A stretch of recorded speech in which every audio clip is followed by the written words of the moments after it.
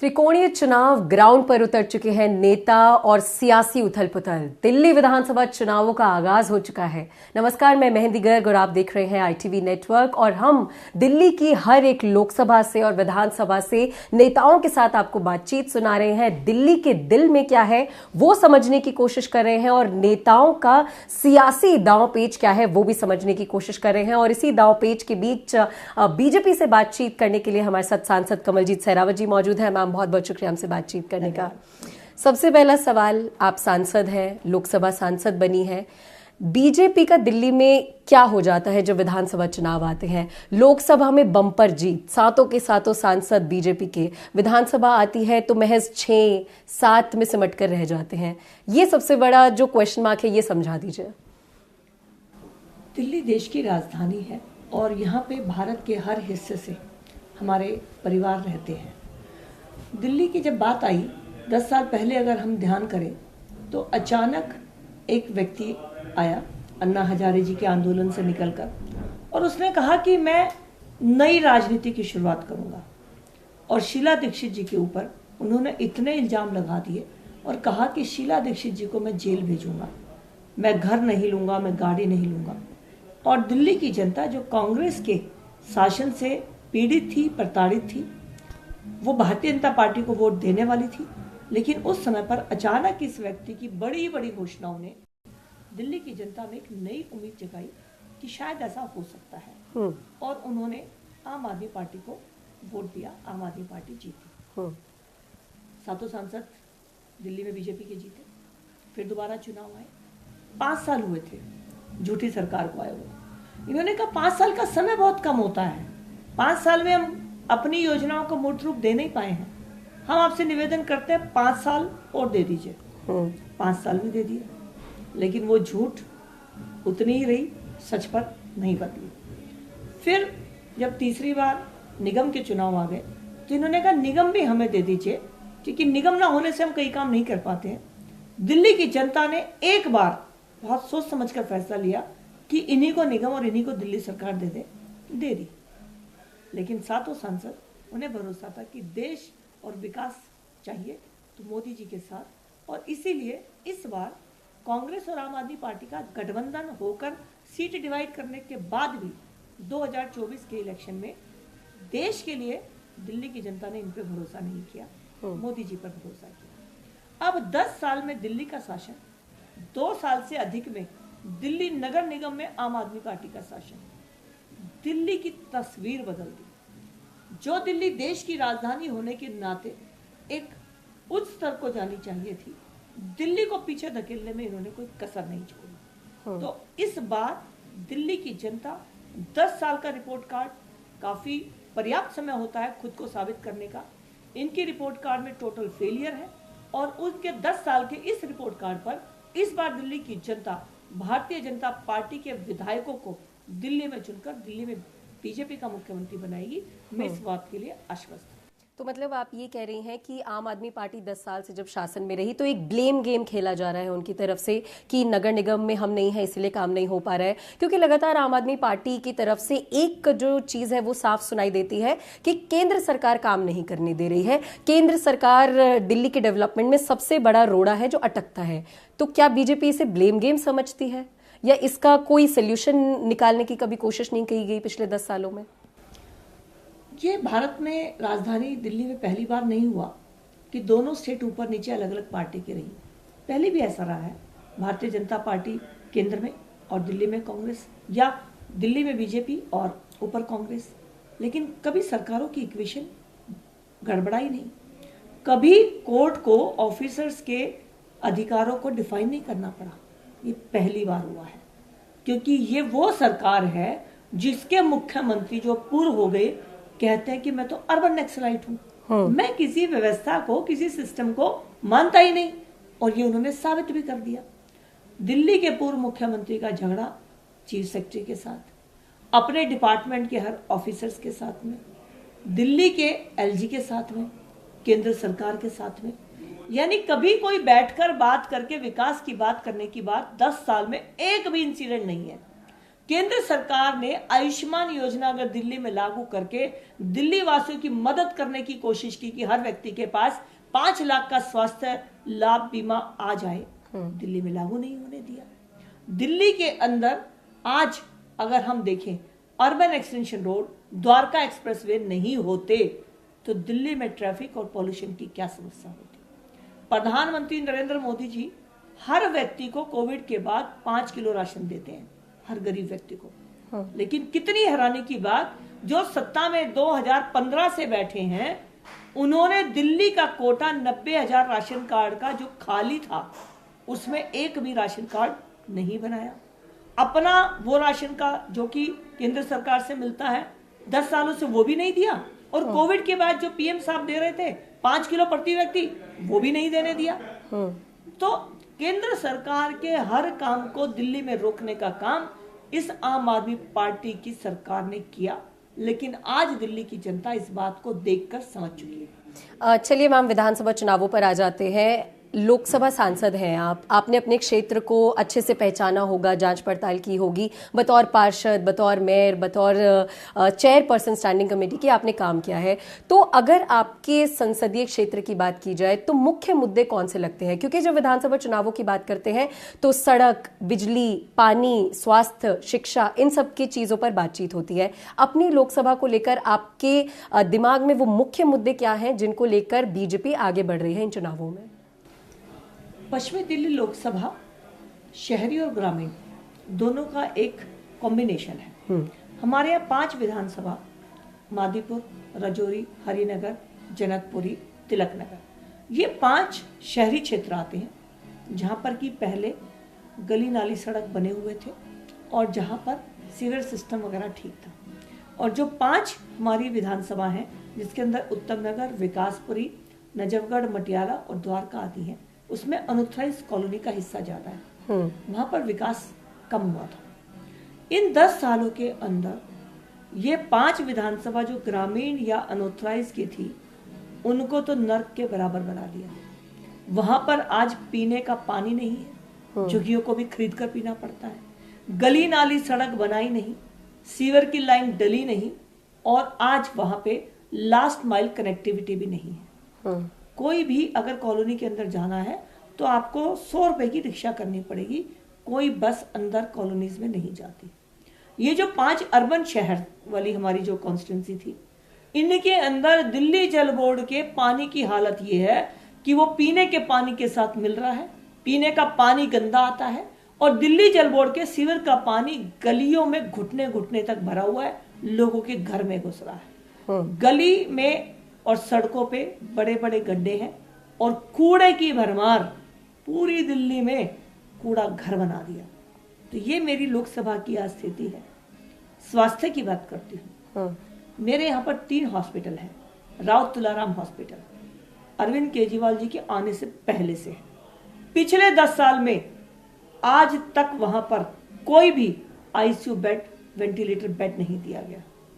वहां पर blood bank नहीं है, और वहां पर अगर पेशेंट शिफ्ट करना हो तो आईसीयू की एम्बुलेंस भी नहीं है। अगला हॉस्पिटल आता है इंदिरा गांधी हॉस्पिटल द्वारका के अंदर। शीला दीक्षित जी ने उसकी नींव रखी थी। 1670 बेड का वो हॉस्पिटल बनकर 2 साल पहले तैयार हुआ, लेकिन आज तक ऑक्सीजन वहां पर प्लांट नहीं है, वहां पर रात का डॉक्टर नहीं होता है, वहां पर कोई भी अगर टेस्ट करना हो तो टेस्ट करने की कोई मशीन नहीं है। अगला हॉस्पिटल आता है दीनदयाल, एक बेड पर 3-3 मरीज। बाथरूम में आप चले जाएं और आपको उल्टी ना हो, ऐसा हो नहीं सकता। मोहल्ला क्लिनिक क्षेत्र में बंद पड़े हैं, गंदगी के अंदर है, यानी स्वास्थ्य सिस्टम वेस्ट दिल्ली में कोलैप्स है। स्कूल की बात करती हूँ, दिल्ली में 1038 स्कूल हैं, इन्होंने नहीं खोले, इन्होंने सिर्फ कमरे बनाकर भ्रष्टाचार किया। स्कूल पहले से हैं, नाम बदले हैं उनके, राजकीय प्रतिभा का नाम डॉक्टर भीमराव अंबेडकर कर दिया। जो पहले हमारे यहाँ पर 2008 में जिसमें मेरी काउंटिंग हुई थी, उस बिल्डिंग का नाम बदलकर टेक्निकल यूनिवर्सिटी कर दिया। तो नाम बदलने का काम किया, लेकिन अगर हम इंफ्रास्ट्रक्चर के साथ में एकेडमिक की बात करें, दिल्ली में आपको जानकर हैरानी होगी 1038 स्कूल है, मात्र 340 में साइंस है। मात्र 700 के अंदर प्रिंसिपल है, बाकी स्कूलों में प्रिंसिपल ही नहीं है। सिर्फ 340 स्कूल में बच्चे साइंस पढ़ के डॉक्टर इंजीनियर बन सकते हैं। दिल्ली स्पोर्ट्स यूनिवर्सिटी बनाई, भारत के एक बहुत बढ़िया खिलाड़ी को वहां का वाइस चांसलर अपॉइंट करके सैलरी देने शुरू कर दी। लेकिन उस धरती पर आज भी गेहूं लहला रहे हैं। ये इनके शिक्षा मॉडल की सच्चाई है। तो स्वास्थ्य शिक्षा टोटल फेलियर। लेकिन मैम, इतनी सारी दिक्कतें आपने जो हमें गिनवाई, 2020 के चुनावों की बात कर लेते हैं। उसी लोकसभा में जब विधानसभा चुनाव होते हैं तो 10 विधानसभा में से 9 आम आदमी पार्टी जीत जाती है।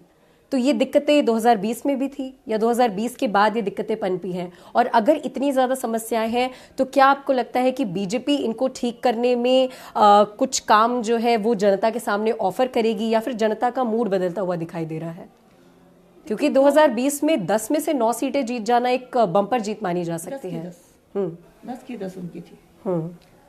2015 में जब चुनाव हुआ, उसके बाद अगला चुनाव आया 2020 में। बड़े बड़े वादे किए थे, आकर माफी मांगी कि जी मैं वो वादे पूरे नहीं कर पाई, यमुना को साफ नहीं कर पाया और मैं आपको ये सुविधा नहीं दे पाया, समय कम था, आप मुझे एक बार फिर से आशीर्वाद दे दीजिए। दिल्ली की जनता को भी लगा, क्योंकि पढ़ी लिखी समझदार जनता है, कि हाँ वास्तव में 5 साल कम है, 5 साल और दे दिए, निगम भी दे दी। अब 10 साल तो किसी भी की हुई घोषणा की तरफ कदम बढ़ाने का सफिशिएंट टाइम था। इन्होंने कहा मैं दिल्ली के 3 कूड़े घर को हटा दूंगा। उनकी हाइट तो बढ़ गई, लेकिन साथ में दिल्ली की हर गली में कूड़ा घर बन गया। कर्मचारियों को पक्का कर दूंगा। बड़ी अच्छी सी एक लाइन बोलते थे अरविंद केजरीवाल जी, एक साइन ही तो करना होता है ना जी, पता नहीं क्यों नहीं करते ये लोग, मैं कर दूंगा जी। आज वो कर्मचारी कच्चे भी नहीं बचे बेचारे, कॉन्ट्रैक्ट से भी उनको घर बिठा दिया। शीला दीक्षित जी 10 एसी के घर में रहती हैं, बताओ जी इनका बिल कौन भरता है? आज अपने घर में 70 एसी लगवा रखे हैं। ये वो मुख्यमंत्री है। और जो बात कहते थे, आज वो बिजनेस क्लास में चलते हैं।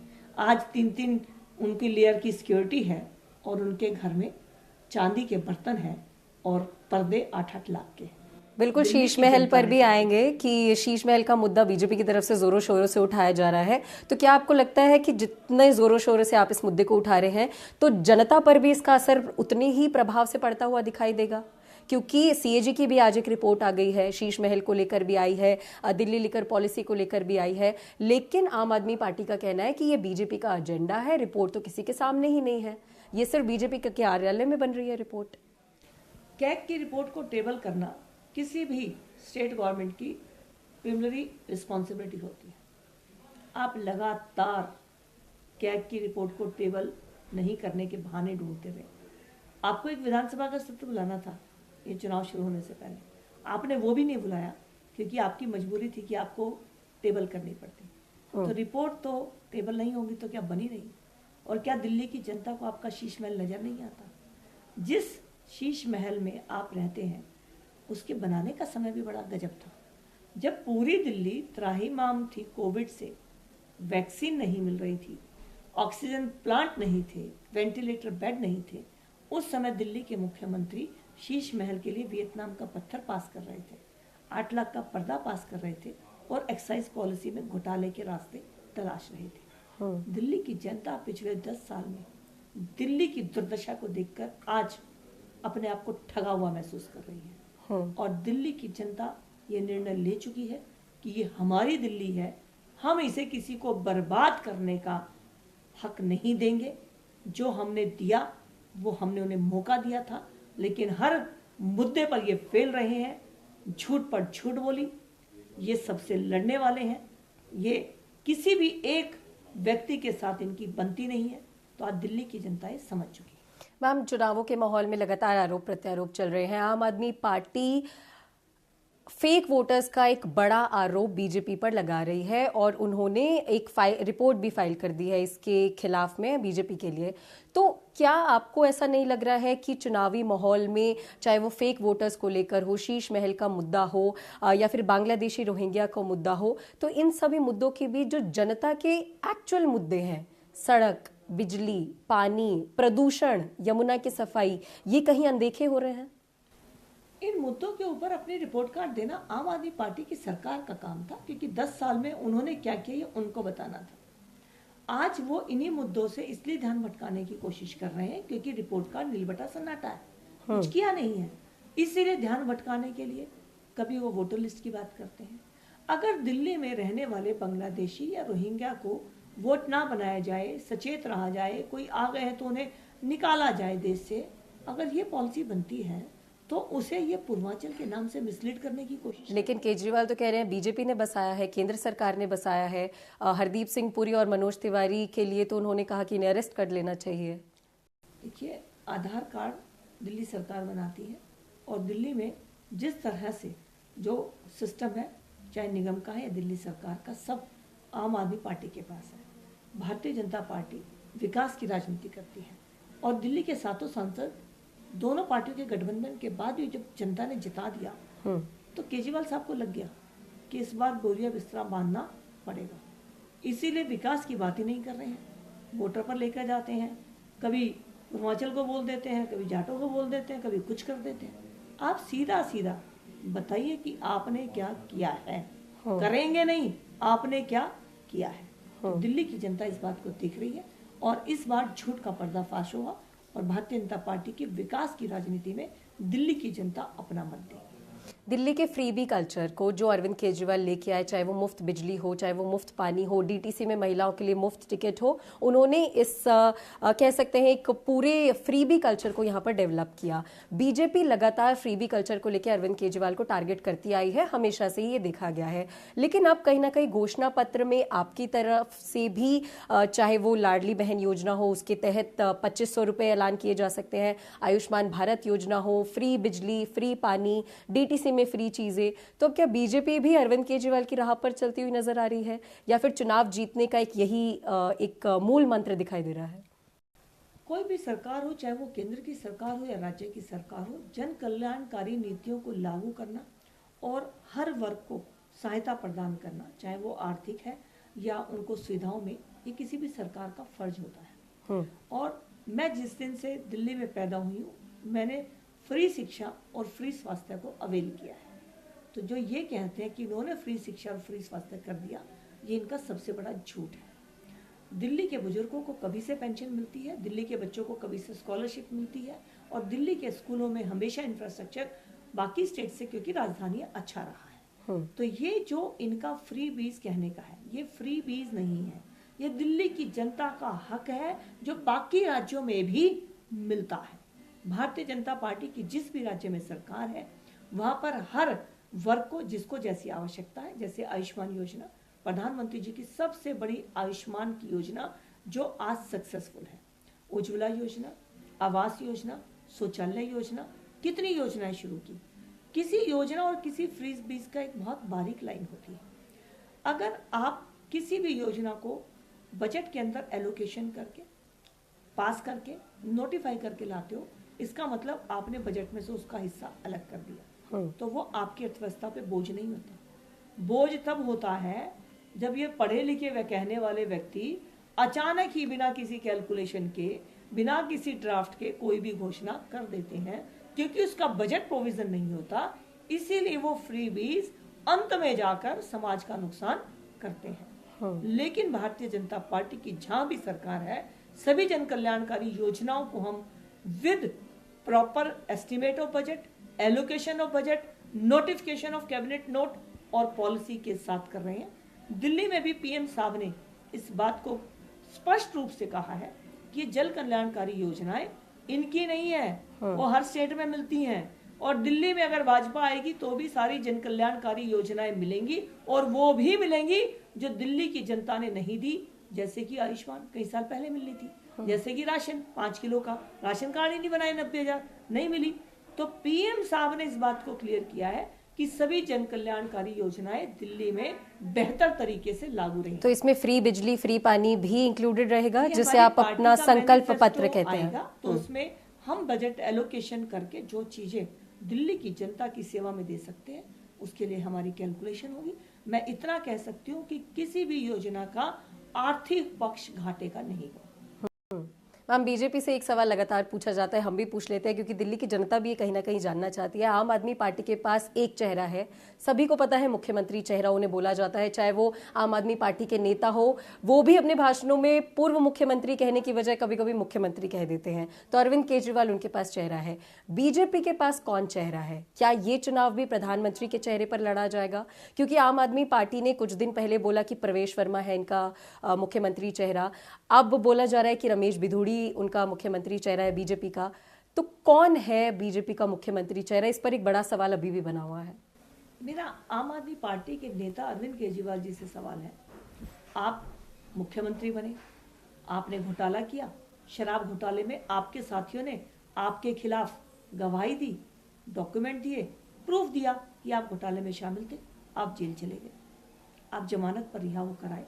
वो इस देश के कानून की व्यवस्था है कि केस चलता रहता है, लेकिन एक समय के बाद आपको रिहाई मिलती है, आपको जमानत मिल जाती है। जमानत पर बाहर आए, लेकिन कोर्ट ने 4 कंडीशन लगा दी। आप सेक्रेटरीट नहीं जाएंगे, आप सीएम के नाते कोई फाइल साइन नहीं करेंगे, आप विदेश बिना परमिशन नहीं जा सकते, और आपको लाखों रुपए का प्राइवेट बॉन्ड भरना पड़ा गारंटी के लिए। तो आप तो मुख्यमंत्री नहीं है, आपको छोड़ना पड़ा। केस चल रहा है और जिस दिन केस का फैसला होगा उस दिन आप दोषी भी पाए जाएंगे। यानी अरविंद केजरीवाल तो मुख्यमंत्री बन नहीं सकते। अब जिनको इन्होंने बिठाया, आतिशी जी को, वो अपने साथ में कुर्सी रखकर बैठी है, वो कहती है कि ये है हमारे मुख्यमंत्री। तो मेरा तो अरविंद केजरीवाल जी से सवाल है कि हमारी पार्टी तो फैसला ले लेगी, आप बताइए कि आपका मुख्यमंत्री चेहरा कौन है? मुख्यमंत्री को साइड में बिठाकर आप जो दिल्ली की मुख्यमंत्री का अपमान कर रहे हैं, उसका जवाब क्या है? आपकी लोकसभा की बात कर लेते हैं, आखिरी के कुछ सवाल ले लेते हैं। लोकसभा में 10 विधानसभाएं हैं, कितनी कॉन्फिडेंट है कि बीजेपी इस बार कितनी विधानसभाएं जीतने के लिए कॉन्फिडेंट है? क्योंकि फिलहाल कह सकते हैं पूरी दिल्ली में बीजेपी की तरफ से एक बंजर जमीन है, आपको बंजर जमीन पे नए खेत खलियान उगाने हैं। तो कितने कॉन्फिडेंट है बीजेपी फिलहाल, अगर एक आंकड़ा आप प्रस्तुत कर सके तो? देखिए, इस बंजर जमीन को लगातार 10 साल भारतीय जनता पार्टी के कार्यकर्ताओं ने जनता के साथ मिलकर उनके सेवा करते हुए उनके सुख दुख में शामिल होकर सींचा है। प्रधानमंत्री नरेंद्र मोदी जी ने इस पूरी दिल्ली को यूईआर देकर, द्वारका एक्सप्रेसवे देकर, भारत मंडपम देकर, यशोभूमि देकर इस भूमि में खाद पानी देने का काम किया है। आज ये जमीन भारतीय जनता पार्टी की सच के लिए तैयार है, विकास की राजनीति में कदम मिलाने के लिए तैयार है, उन्हें भरोसा है। इसीलिए पिछले चुनाव में दोनों पार्टियां मिलकर लड़ी, फिर भी सातों कैंडिडेट बीजेपी के जीत कर आए, दोनों पार्टियों के गठबंधन के बाद भी, क्योंकि दिल्ली की जनता समझ चुकी थी आने वाले चुनाव में भी दिल्ली में भारतीय जनता पार्टी का मुख्यमंत्री बनना तय है। ऐसा जनता जनार्दन के चेहरे और विश्वास से हमें लगता है। तो ऐसा मान सकते हैं कि इस बार बहाने नहीं, बदलाव चाहिए, क्योंकि आज ही आपने अपना सॉन्ग भी लॉन्च कर दिया, कैंपेन सॉन्ग। बिल्कुल, दिल्ली में विकास की सरकार चाहिए। चलिए, बहुत बहुत शुक्रिया हमसे बातचीत करने के लिए, बहुत बहुत शुक्रिया ITV नेटवर्क से बातचीत करने के लिए। तो ये थी हमारे साथ सांसद कमलजीत सहरावत, जिन्होंने हमारे सवालों के जवाब तो दिए, लेकिन अरविंद केजरीवाल और आम आदमी पार्टी के सामने कुछ सवाल छोड़ भी दिए हैं। तो लगातार हम नेताओं के साथ आपकी बातचीत भी सुनाते रहेंगे, दिल्ली के दिल में क्या है और दिल्ली के नेताओं के दिल में क्या है वो भी सुनाते रहेंगे। कैमरा पर्सन दिनेश के साथ मैं मेहंदी गर्ग, ITV नेटवर्क।